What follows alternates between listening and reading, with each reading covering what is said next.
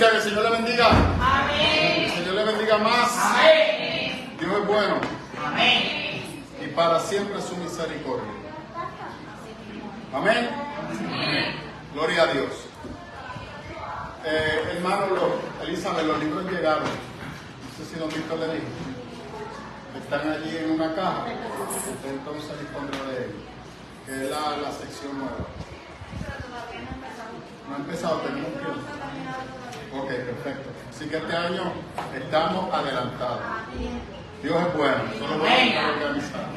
Amén. Amén. Oiga, denle un aplauso al Señor.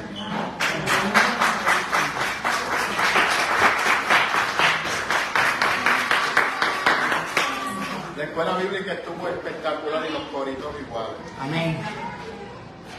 Bueno, deben darme felicidad a mí porque fue el que lo ayudé. Pero le quedó espectacular la clase. Y eso fue lo que hablamos. Y nadie me corrigió. Vaya a Lucas capítulo 19, por favor.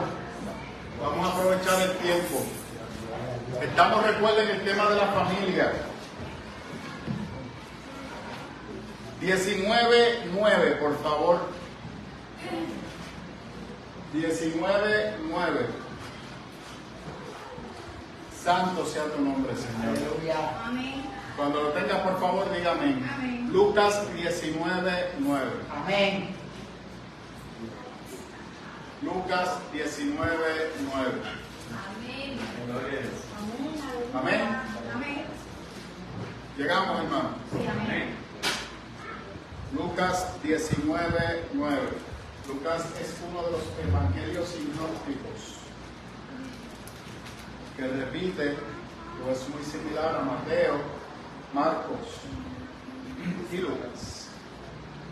Cuando lo tenga, por favor, y en reverencia a la palabra del Señor, lo ponemos en pie. Y así dice la misión. Amén. Hoy ha llegado la salvación a esta casa, le dijo Jesús, ya que este también es hijo de Abraham, porque el Hijo del Hombre vino a buscar y a salvar lo que se había perdido. Señor, te damos gracias en esta mañana por la oportunidad que nos brinda, Señor, de estar aquí en este lugar para adorarte, para bendecirte, para honrarte. Estamos llamados, como muy bien decía nuestro hermano Víctor, somos mayordomos de una responsabilidad que tú has descargado sobre nosotros. No es reinar, no es gobernar, es llevar las buenas nuevas de salvación para un mundo y una sociedad que se pierde, que necesita de ti, Señor, que necesita una experiencia de salvación, como muy bien decía nuestra hermana Lucy.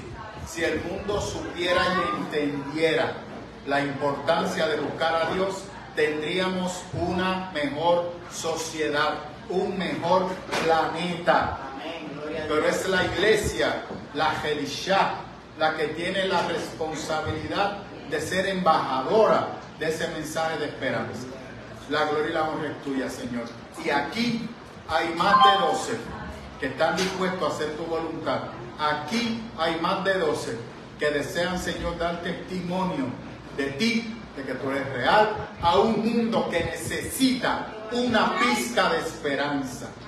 Tenemos que ser íntegros en esa responsabilidad, Señor, porque sobre nuestras manos o sobre nuestros hombros está la salvación de la humanidad, porque nos toca a nosotros llevar ese mensaje, y esa carga tenemos que descargarla bajo tu dirección y bajo la unción y el poder de tu Espíritu Santo. La gloria y la honra es tuya, Señor. Puede sentarse, hermano. No se asuste cuando yo digo que la salvación de la humanidad está en nuestras manos, porque así es.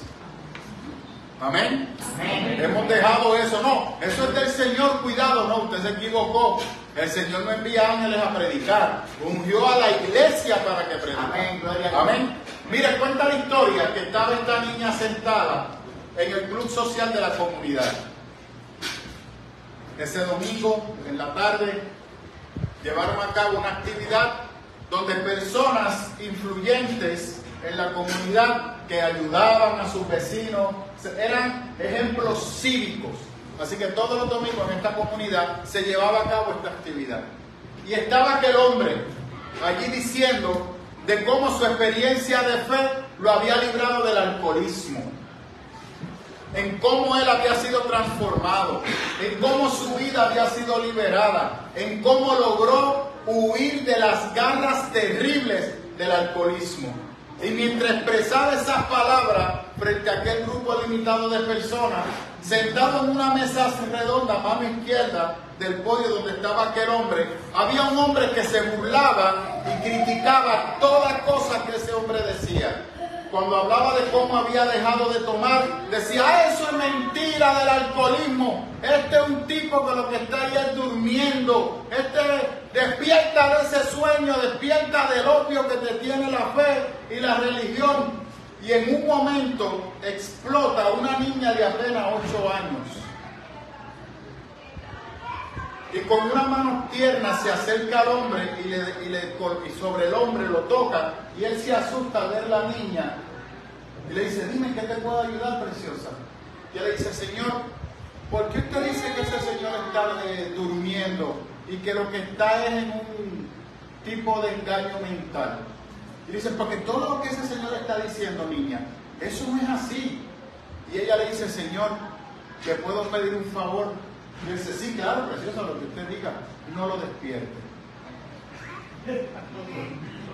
Y él le dice: pero ¿cómo? Es que tenemos que educar a esa gente, esos religiosos son unos embusteros y engañan a la gente. Y dice: Señor, ese señor que está ahí es mi papá. Y él era alcohólico. Y yo recuerdo cuando él llegaba y golpeaba a mi mamá. Y ¿sabe qué? Todo el dinero lo gastaba en alcoholismo. Y este vestidito que usted ve que yo tengo, que me compró para los domingos, me lo compró él. Y si usted dice que él está durmiendo y por eso ha provocado ese cambio, por favor, no lo despierte. Cuando la palabra de Dios llega a una casa, esa casa es transformada. En Lucas 16:31, Pablo y Silas estaban presos. Y de repente hubo un temblor y la cárcel se abrió. Y Pablo y Silas estaban allí escondidos. Y el que estaba a cargo de la cárcel, el centurión, se asustó y pensó que todos los reos se habían ido. Por tal razón lo iban a matar. Y él se iba a quitar la vida. Y Pablo le grita desde la oscuridad: no te hagas daño, todos estamos aquí. Y aquel hombre queda impactado por la frase de Pablo. Le dice: Pablo, ¿qué tengo que hacer para ser salvo? Y él le dice: hombre, cree en Jesucristo y tú y tu casa serán salvos. Y ese es lo que hemos perdido como iglesia, el poder de transformación que tenemos. El problema está que pensamos que estas cosas ocurren por osmosis. Cristo llega a nuestra vida y tiene que provocar un cambio en nuestra manera de vivir, en cómo vemos los retos de la vida diaria, en cómo vemos los retos de la familia y cómo tenemos que dar testimonio que somos diferentes, como muy bien decía el hermano Víctor en la escuela bíblica. Porque esa es la gente que te ha visto desde pequeño, sabe tu personalidad, sabe lo embustero que eres si eras embustero, sabe lo chanchullero que eres si eres un chanchullero, sabe lo codicioso que eres si eras un codicioso, sabe lo vanidoso que eres si eres un vanidoso. Pero ahora ha llegado Cristo a tu vida y ha provocado o está provocando una transformación en ti. Y esa transformación empieza de manera interna, como Pablo le dijo, porque la belleza de la mujer no emana de lo que tiene afuera, sino es de adentro hacia afuera. Lo mismo sucede con aquello que tenemos a Cristo en nuestro corazón. Ha ocurrido un cambio. Y ese cambio se tiene que manifestar. Como yo decía hace unos domingos atrás, usted no finge algo que usted no es, porque tarde o temprano saldrá a la luz tu verdadera naturaleza. Y ahí es que entonces el enemigo capitaliza y dice: esta persona no ha sufrido ningún cambio. Y la persona se aleja. ¿Cómo manejamos la crisis en nuestros hogares? ¿Cómo manejamos la educación de nuestros hijos? ¿Cómo manejamos nuestra relación matrimonial? El hombre que antes le golpeaba a la mujer, ahora no la golpea. Usted sabe las estadísticas tristes y dolorosas que nadie quiere hablar de pastores que golpean a sus esposas.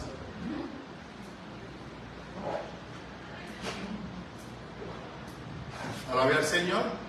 Ahorita estábamos hablando de las transformaciones, ¿no? Y de cómo tenemos que predicar la palabra. Amén. Amén. No me mire mal. Eso es correcto, ahí está bien.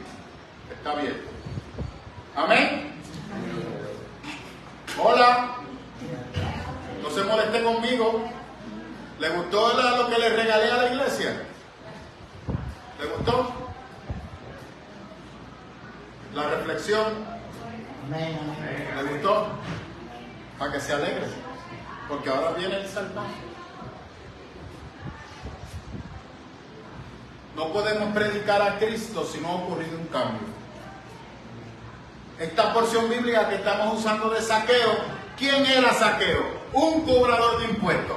¿Qué es en aquel momento histórico un cobrador de impuestos? O alguien que atropellaba al pueblo, un codicioso, malicioso y que atropellaba al pueblo por codicia, por dinero. Permítanme darle unos tips. El Estado, Roma, cobraba un impuesto. Por ejemplo, Roma decía a los recaudadores de impuestos: tú vas a cobrar un 15%. Y yo te voy a dar 3 soldados para que te acompañen, para que tú puedas descargar tu responsabilidad. ¿Qué hacía el cobrador de impuestos? Por encima del 15 que tenía que cobrar, cobraba un 15 adicional. Así que él cobraba un 30. De ese 15 adicional, él tenía que sacar 5 para los soldados y 10 para él. Así que te hacías de dinero rápido. Adicional a eso, tienes dinero en una crisis, en una sociedad donde hay gran necesidad. Era a la misma vez un prestamista. En Puerto Rico, cuando se constituyó la Constitución de Puerto Rico, valga la redundancia, se prohibió la usura. ¿Sabe usted lo que es la usura? Que a usted le prestaban $100 y usted terminaba pagando 200 por los intereses altos que se cobraban. Y en la Constitución aparece: se prohíbe la usura. No puedes cobrar más de un 18% por cada dólar que prestas. Amén. En el tiempo de Zaqueo no existía eso. Tenemos algo adicional. La gente no sabía leer ni escribir. Así que si a usted le prestaban $100, iba a estar pagando por el resto de su vida esos $100 porque nunca iba a terminar de pagarlo. Así que Zaqueo era una persona adinerada gracias a que le robaba hasta la cruz los clavos. Por eso Zaqueo ahora significa el robo que hace creado la violencia. Amén. Ese era Zaqueo. Y Cristo llega. Cristo no está haciendo nada espectacular. Cristo no ha hecho un milagro. Cristo no habla en lengua. Cristo está compartiendo con sus discípulos. Cristo está en una mesa comiendo, dialogando, bebiendo vino dulce o jugo de uva o vino, ustedes deseen llamarle, pero está compartiendo con sus discípulos. Eso impacta a Zaqueo. ¿Sabe usted por qué? Porque Cristo entró a su casa y no tomó prejuicio para no entrar. Porque los rabinos, los fariseos y los escribas no entraban a la casa de un maldito escriba. Literal. Porque el escriba era un maldito. Y después con el nombre de Zaqueo, como Aide lo acaba de describir, ¿quién va a entrar en esa casa? Cristo no le importó nada de eso. Porque el pecado del mundo no contamina al Señor, te destruye a ti y a mí.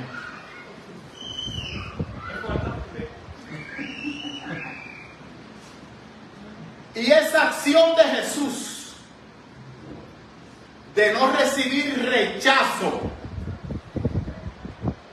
o de no expresar rechazo hacia Zaqueo hizo que Zaqueo se parara frente a todos los que estaban allí y dijo: hoy yo voy a regresar todo lo que he robado con los intereses pertinentes. Cristo le había dicho: Zaqueo, yo sé lo que tú eres. Cristo no dijo nada de eso. Ante la acción de Jesús, Zaqueo no le quedó otra que expresarse. En otras palabras, ante el amor que Jesús le demostró, Zaqueo no tuvo otra cosa que expresar que no sea arrepentimiento. Es un hombre que ha sido transformado simplemente por estar en la presencia de Jesús y al ver cómo Jesús ha demostrado su amor y misericordia para él, simplemente sentándose a hablar con él. Nada más. Y por eso Jesús dice estas palabras: Zaqueo, hoy la salvación ha llegado a tu casa. Producto de ese cambio que yo he empezado a hacer en ti, tu familia será transformada. El cambio empieza en mí. La salvación empieza en mí. La palabra, entonces, yo tengo que empezar a conocerla y aplicarla para mí. Yo no voy a empezar a tosigar a mi familia con que tienen que hacer estudio bíblico conmigo. Yo no puedo hacer eso. Yo voy a empezar a permitir que el Espíritu Santo cambie mi manera de pensar, me transforme y yo me convierta en lo que se convirtió Zaqueo luego de estar frente a Jesús. Los trucos que hacía antes, ya no los voy a hacer más. Las manipulaciones que hacía antes, no las voy a hacer más. Todo lo que yo hacía que me hizo llevar a Jesús, que lo he dejado a un lado, no lo puedo volver a hacer más. Trabajo las cosas de una manera diferente. Mire, los Moody, que todo el mundo habla de los Moody, que ya nadie habla de los Moody, transformaron Inglaterra. Todo el mundo se alegra del avivamiento provocado por los Moody, pero nadie habla de cómo se originó la vida de los Moody. En aquel momento histórico la infancia no era reconocida. Los niños eran educados como adultos, así que desde los 9 o 10 años que el muchachito ya tenía hambrito y fuerza, tenía que irse para las fábricas a trabajar, a limpiar zapatos, a hacer lo que fuera. Y de repente el papá de los Moody por una enfermedad fallece. Eran 12, ¿sabe? Entre hombres y mujeres. Y la señora se quedó viuda en una sociedad patriarcal que no podía trabajar. ¿Sabe usted lo que ella decidió hacer? Visitó una iglesia local y tuvo un encuentro con Cristo. Y todos los domingos sus hijos iban con ella a la iglesia. La violencia en la infancia en aquel momento estaba fuera de control. Los niños que no podían trabajar, ¿qué hacían? Se dedicaban a robar. Recuerden, no había escuela. La escuela surge en el siglo XX, en el siglo XIX. No había escuela, no había universidad, no había nada. Así que ella decidió ser diferente. En vez de ponerse a llorar, ella como madre viuda de 12 chamaquitos, dijo: yo voy a empezar a dar estudio bíblico a mis hijos porque yo no voy a permitir que mis hijos crezcan unos maleantes. Yo los voy a educar en el temor a Dios. Y ella sentaba a todos sus hijos frente a ella y ella aprendió a leer, ella aprendió a cómo darle clase a sus hijos. Escuela bíblica. Usted sabe lo que eso provocó, ¿verdad? Que los otros niños de la comunidad quisieran ir a la casa de la mamá de los Moody, porque allí que también querían recibir palabra del Señor. Son los Moody los que establecen la escuela bíblica dominical, amparado en la imagen de su mamá. ¿Usted está listo? Los Moody fueron los que luego, cuando crecieron, predicaron la palabra, provocaron un avivamiento en Inglaterra y llevaron la palabra a los Estados Unidos en Chicago. Y dejaron un legado que perdura el día de hoy, donde tienen una universidad donde se sigue predicando y enseñando la palabra del Señor. Gloria a Dios. Y los mismos Moody escribieron un librito que tiene 200 anécdotas, que hay una anécdota que me fascina, porque cuando lo ubico en el tiempo de Puerto Rico, principios del siglo XX, era como la familia en Puerto Rico se comportaban. Esto era un reflejo de Europa. Las personas trabajaban regularmente de lunes a sábado. Y cuando terminaban sábado, en las tardes, pues lo que hacía era que recibían el chequecito en efectivo. ¿Se acuerda de eso? Que le daban un sobrecito con los chavitos cuadrados de lo que usted trabajó. Ahí no se restaba nada, todo era billete cascajo sobre cascajo, cachimiro, marino sobre cubierta. Entonces, ¿qué hacían las personas cuando cubrían esos chavitos? Lo dejaban en los topos, que eran los dardos, lo dejaban en los caballos, lo terminaban en la cantina o en una barra de mala muerte, donde dejaban el dinerito. Y el domingo llegaban sin una perra en el bolsillo. Y los muchachitos o los escuincles sin zapatos y con la barriga llena de lombrices, porque ni tan siquiera tenían para comer bien, porque el viejo había dejado todo el billete pegado entre los topos, los caballos y las cantinas. Y este señor, que todos los fines de semana amanecía en las plazas con la borrachera que recibía, un día tiene un encuentro con el Señor, dice los Moody. Y de repente su vida cambia. Ahora, cuando cobra, no visita ninguno de esos lugares, sino que empieza a preocuparse por su familia, por su casa. Y vemos una transformación en su hogar. Regresamos a lo mismo. La transformación ocurre en el momento que tú tienes un encuentro con Cristo. ¿Qué nos han enseñado? De manera distorsionada, Hechos 16:31. Porque hoy serás salvo tú y tu casa. ¿Y qué hacemos nosotros? Mira a Cristo, no me mires a mí. Esa es la peor excusa que un cristiano puede dar. Soy un pecador porque soy un humano y bendito, y la carne es pecado. ¿Qué dice Pablo a aquel cristiano que piensa así? Usted no ha conocido a Cristo. Si el pecado te domina, tú no has conocido a Cristo. Alaba al Señor. Santo, hoy muy temprano. En el momento que yo acepto a Cristo como mi Salvador, si ese fruto de arrepentimiento no se manifiesta en mí, si Cristo no me ha ayudado a tan siquiera cambiar en la manera que yo trato a los animales, en mí no ha ocurrido nada. Por eso mi casa está en la crisis que está. Por eso los hogares cristianos están destruidos, porque no ha ocurrido un cambio en la cabeza del hogar. Yo recuerdo en un grupo de avivamiento, había un joven que estaba frustrado. Él iba a todos los ayunos, él iba a todos los retiros, pero su familia no acababa de cambiar. Eso es lo que le pasa a mucha gente. Están esperando que, como Hechos 2, el Espíritu Santo llegue y los cambie a los demás. Pero no quiero que un cambio en ellos. ¿Qué referencia tienen ellos de Cristo? Si los que están llamando a dar testimonio de Cristo no lo hacemos porque estamos esperando que algo más ocurra, o alguien externo venga y provoque el cambio que debe de ocurrir en nuestras casas, cuando no ha ocurrido un cambio en mí. John Bunyan decía, que yo lo cité el domingo pasado: oye, si esa religión tuya no te ayuda a ti a tratar diferente a tu gato cuando llegues a tu casa, esa religión no sirve para nada. No puede cambiarlo por fe. No sirve para nada. ¿Qué dice Santiago?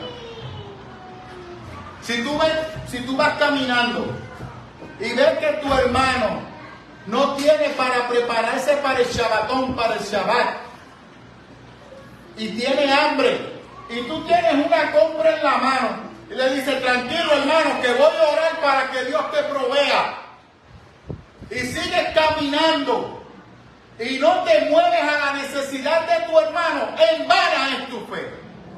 Tu fe es muerta, dice Santiago. Porque la fe tiene que provocar un cambio en mí.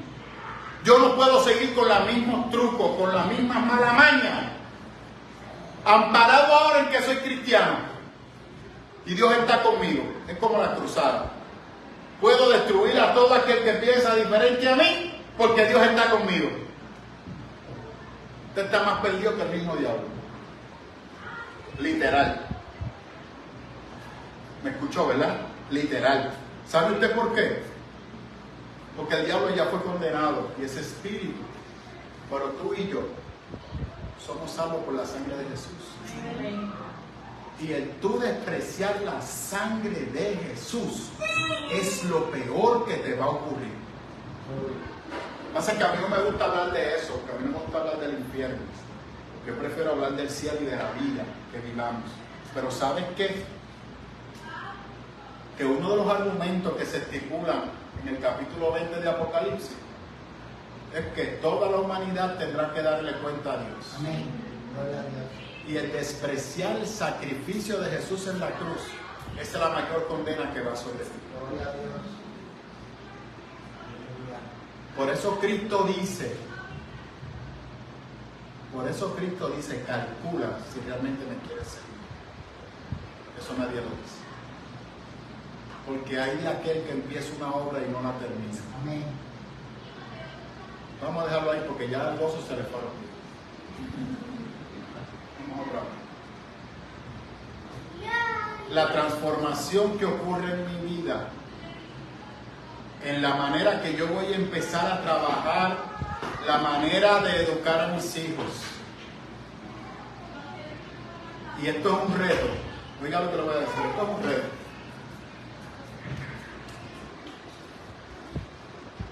Porque lo que yo puedo decir es una cosa, pero cuando usted lo vaya a aplicar, la cosa se complica. Me explico.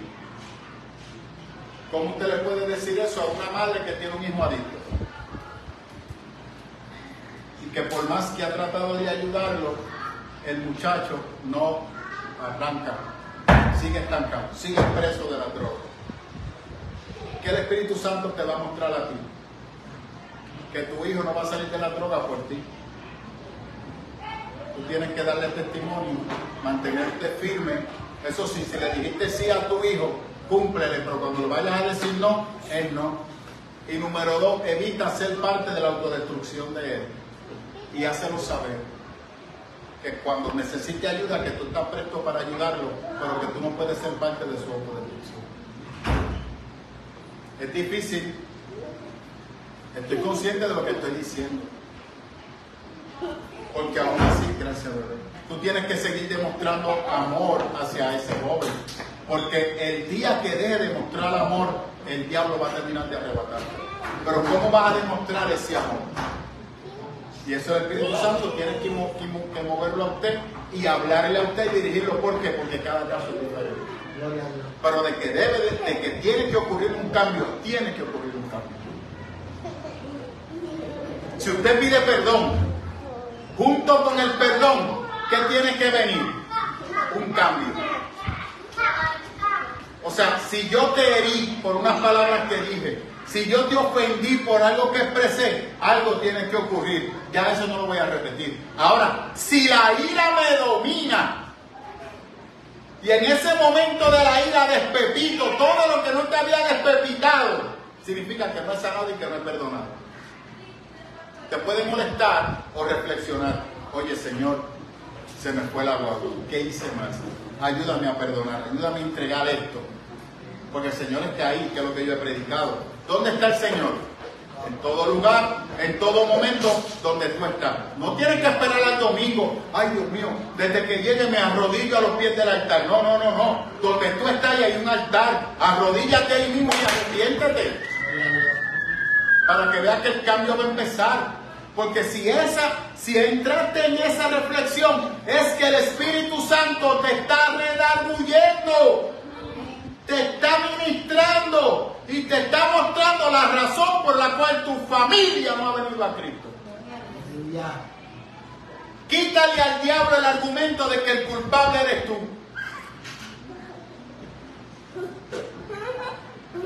¿Me escuchó, verdad? Aleluya. O sea, la vida distorsionada tuya, no completa, va a ser el argumento que el diablo va a usar para que esa gente no venga a los pies de Cristo, para que tu familia no venga a los pies de Cristo. Eso de esa gente se escucha como que rarito. No, para que tu familia venga a los pies de Cristo. Como muy bien decía nuestro hermano Víctor. Por eso en una ocasión yo escuchaba a Gille Ávila, que predicaba. Y cuando terminó de predicar, que ocurrieron los milagros que siempre ocurría cuando Gille predicaba, se acerca aquel joven, le dice: varón, Dios le bendiga, hermano, hermoso mensaje, Dios se glorificó, brutal, la verdad que Dios es sobrenatural. Amén, varón, amén, a Dios sea la gloria. Y saco a Gille. Gille rápido se zapateaba. Y cuando se ve, varón, dice: oiga, varón, espérese, ¿qué? Necesito un consejo suyo. Usted no se congrega, vaya donde su pastor. Gille era así. Para que lo sepa. Y el tipo insistió y Gille, ok, diga, ¿qué usted quiere? Dígame. Varón, Dios me habló. Ay, qué bueno, yo siempre hablo. Y Él me quiere predicando su palabra. Amén. A eso Dios me mandó. Así era Gille, no estoy mintiendo. Y me dijo que fuera a República Dominicana a predicar la palabra. Y ahí Gille se echó para atrás. Para. ¿Cómo que República Dominicana? Sí, Dios me quiere internacionalmente predicando la palabra. Varón, en su comunidad de fe. Sí. Es que esa gente está apagada, no se está predicando, empezó a criticar la comunidad de fe. Y ella le dice: pero ¿usted no evangeliza en su iglesia? No, yo no hago eso. Dios me quiere internacionalmente. Y ella le dice: varón, si usted no aprende a predicarle a su casa y a su comunidad, menos Dios lo va a mandar fuera. Amén. Gloria a Dios.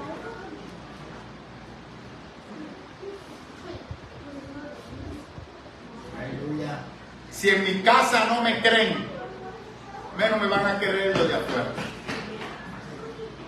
No significa que usted convenza a los de su casa. Usted no tiene que convencer a nadie. Porque el día que usted se enfoque en convencer a la gente, no es usted que está predicando, es el diablo.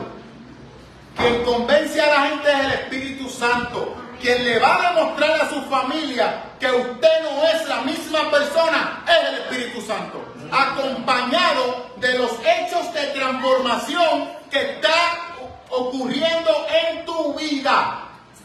Si ese cambio no está ocurriendo en tu vida, ¿qué va a predicar el Espíritu Santo? ¿Qué testimonio va a dar el Espíritu Santo? Cero. Porque el cambio empieza contigo. Y entonces el Espíritu Santo da testimonio. Eso no significa que tu familia va a estar de acuerdo contigo, pero van a ver la diferencia. Y al final del camino, si realmente tú estás haciendo lo que Dios te ha mandado a hacer, te vas a dar cuenta que a quien siempre llaman para consejo, ¿a quién es? A ti. Entonces, antes de decir: ay, el Señor está obrando en mí, y hablar en lengua, no, vete de rodillas. Señor, por favor, que tenga un encuentro conmigo. Que no me miren a mí, que te miren a mí.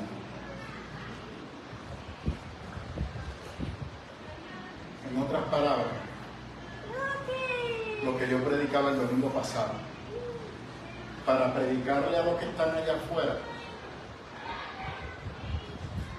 recibimos las energías, la validación, la manifestación del Espíritu Santo aquí en la iglesia, que nos ayuda a crecer, que nos ayuda a perdonar. Por eso la importancia de que usted se tiene que congregar.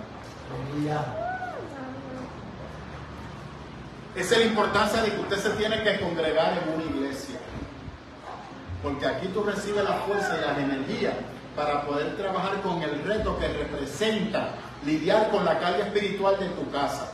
Si en tu casa no le sirven a Cristo, tiene que ser una carga espiritual para ti. Si eso no es una carga espiritual para ti, en ti no ha ocurrido nada. Aleluya.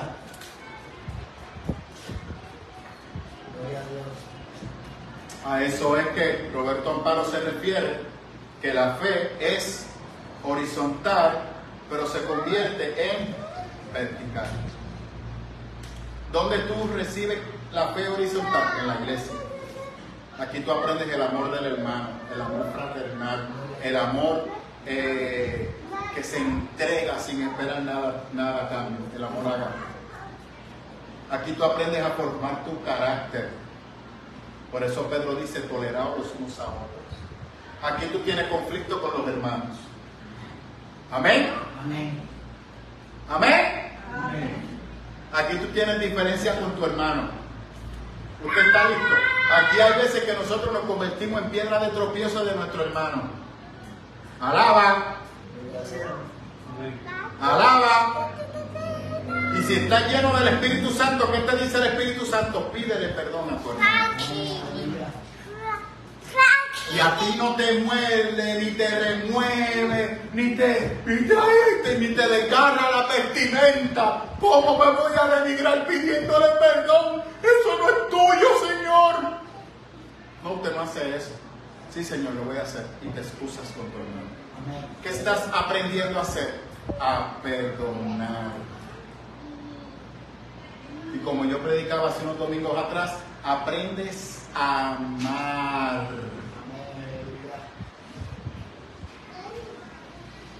Cuando yo vine a Cristo, yo no sabía lo que era tener una mujer amiga. Yo era un mujeriego. Una mujer que tenía una relación conmigo, era porque teníamos una relación que no era de amistad. Y en la fe he aprendido a tener amigas en Cristo. Amén. A entender que porque yo hable con una mujer no significa que la voy a llevar a una cama o estoy interesado en llevarla a una cama. Y cuando la miro a los ojos. Dios me ha transformado. Gloria a Jesús. Y por eso puedo hablar libremente con una dama. Si en la mente estar pensando qué digo para ver si la logro conquistar, qué digo para ver si me la llevo en volanda, porque eso no es de Dios. Aleluya. ¿Dónde aprendí eso? En la iglesia. Gloria a Jesús.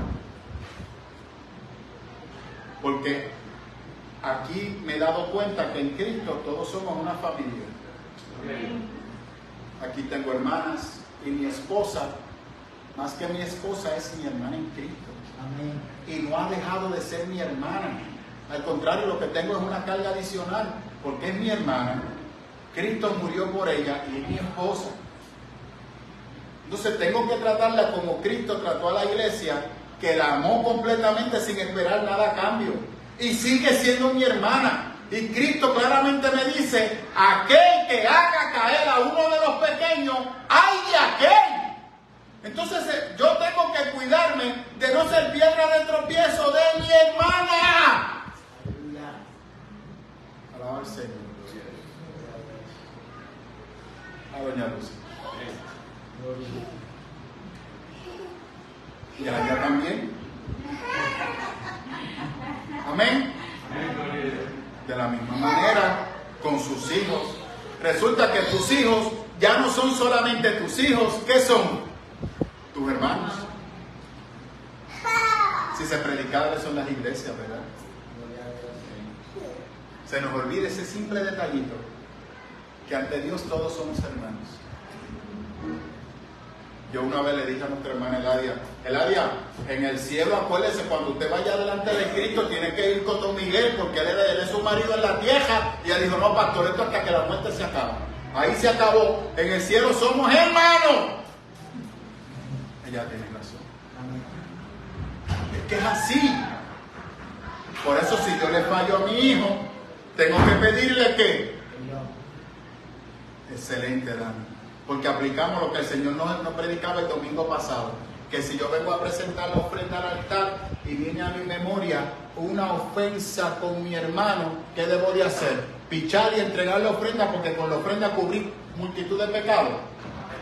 No, ve y relaciónate con tu hermano. ¿Usted está listo? Pues lo mismo sucede en el matrimonio, porque tu esposa o tu esposo es tu hermano. Alaba al Señor. Voy a dar un cuchito de agua en lo que usted asimila el golpe. Sonríe, Elizabeth. Usted tiene una sonrisa preciosa. Ah, pastor. Todo cambia. Por eso es que el cambio empieza con nosotros. De la misma manera que Zaqueo, que Cristo provocó un cambio. Lógico. Vamos ahora step by step. Para que usted vea que hay excepciones. Con Zaqueo ocurrió en el momento. Amén. Amén. Y con Pedro fue hasta que Cristo murió y resucitó.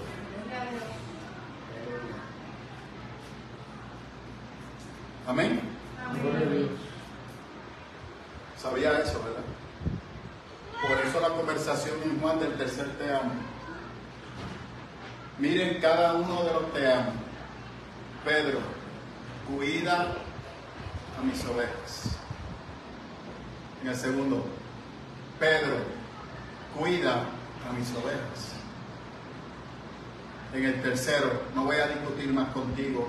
Tú sabes lo que hay en mi corazón. Dime qué tú quieres que yo haga. Y eso yo voy a hacer. Pedro, cuando tú eras joven, hacía lo que te placía. Era un colibrí, una cabrita. Ahora yo soy quien te digo.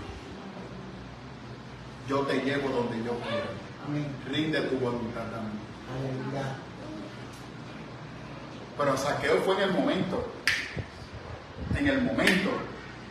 Y a Pedro le tomó quizás 5 años entender. Pero ¿quién tuvo más impacto? ¿Pedro o Zaqueo? Pedro. Porque ¿qué dice el Señor? El que ama más es aquel que más se perdona. Y como estamos en deuda por lo que el Señor nos ha perdonado, queremos que nuestra familia venga a Cristo. Y yo voy a hacer todo lo que esté en mi alcance para que mi familia venga a Cristo. Miren, ya con esto cierro. Mi mamá desarrolló algo que me fascina. Si usted va un domingo a las 10:30 de la casa de mi mamá no lo recibe. ¿Sabe usted por qué? Pues mamá, voy para la iglesia y yo lo siento. Si usted quiere, venga conmigo para la iglesia y cuando regresemos seguimos hablando. Si usted llega a las 9 de la mañana a la casa de mi mamá, y ella va de camino para la iglesia. Ella no falta a la iglesia porque tenga visita. Mi mamá no es perfecta, tiene sus altas y bajas, pero ha puesto su prioridad en el Señor. Amén. Aleluya. Porque el culto no es solamente ir a la iglesia y a sentarme. Dios me va a hablar y necesito reunirme con mis hermanos, Aleluya. que es mi familia. Gloria a Dios. Hay situaciones y lo entendemos. Pero si yo estoy bien y todo está normal en mi casa, ¿por qué voy a faltar a un culto? Ah, porque lo voy a ver por internet. No, hermano. Entonces usted no ha entendido el mensaje. Tiene que volver a evaluarse otra vez. Queremos que nuestra familia cambie, que se manifieste la transformación en nosotros. ¿Cómo tratas a tu esposa? ¿Cómo tratas a tu esposo? ¿Cómo tratas a tus hijos? ¿Cómo tomas decisiones? Oye, mira qué cosa brutal. Si tu esposa no le sirve a Cristo, tú tienes que conquistar a esa mujer con todo lo que hay en ti. Que si flores, que si chocolate. Enamórala de una manera tal que vea una transformación. Si tú eras de los que se desaparecía y no mantenía comunicación con tu esposa, ahora desde que tú sales a decirle, mami, voy de camino para casa. Mami, hay un tapón terrible y le envías fotos y todo. Demostrándole que tú vas de camino para la casa. Y hasta que te diga, ¿para qué mucho tú fastidias con eso? Mami, es que yo necesito que tú sepas que yo salí del trabajo y vengo para la casa. Y si me paro en algún lugar es porque tú me pediste que comprara algo o porque voy a hacer tal cosa, para que tú lo sepas. En otras palabras, tú sabes toda mi agenda. No tengo nada que ocultar. ¿Pero por qué? Si tú antes no hacías eso. Ah, pero es que Cristo ha provocado un cambio en mí. Gloria a Dios. Y tú eres mi esposa. Y yo quiero que tú en algún momento puedas abrir tu mente a Cristo y tu corazón por igual como yo lo hice. Y el pastor me tiene atosigado diciendo que si yo no doy testimonio de Cristo, tú no vienes a Cristo. Pues yo voy a hacer todo lo que esté en mi alcance para hacer eso. Y ya ahí se va a quedar calladita o calladito. Porque tiene que ocurrir un cambio en ti como Zaqueo. Lo de Zaqueo fue en el momento y Zaqueo lo cumplió. Pero lo mismo tiene que ocurrir en nosotros. Amén. Pónganse de pie, vamos a orar, ya nos vamos.